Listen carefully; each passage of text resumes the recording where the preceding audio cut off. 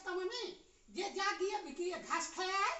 হ্যাঁ এনে চোখলা নেই সবজি চোখলা খা এগুলা খা এগুলা খা কত কিছু খাবার আছে এখানে।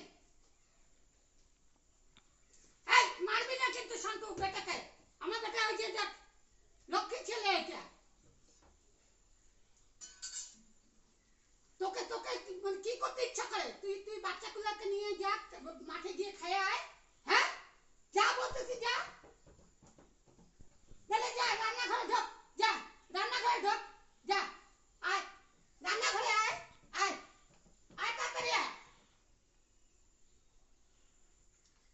তুই রান্না করবি তুই।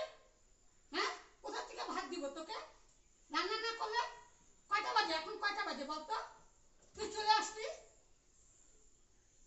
মিঠু এত জ্বালাইলে ভালো লাগে না আমার বুঝছিস।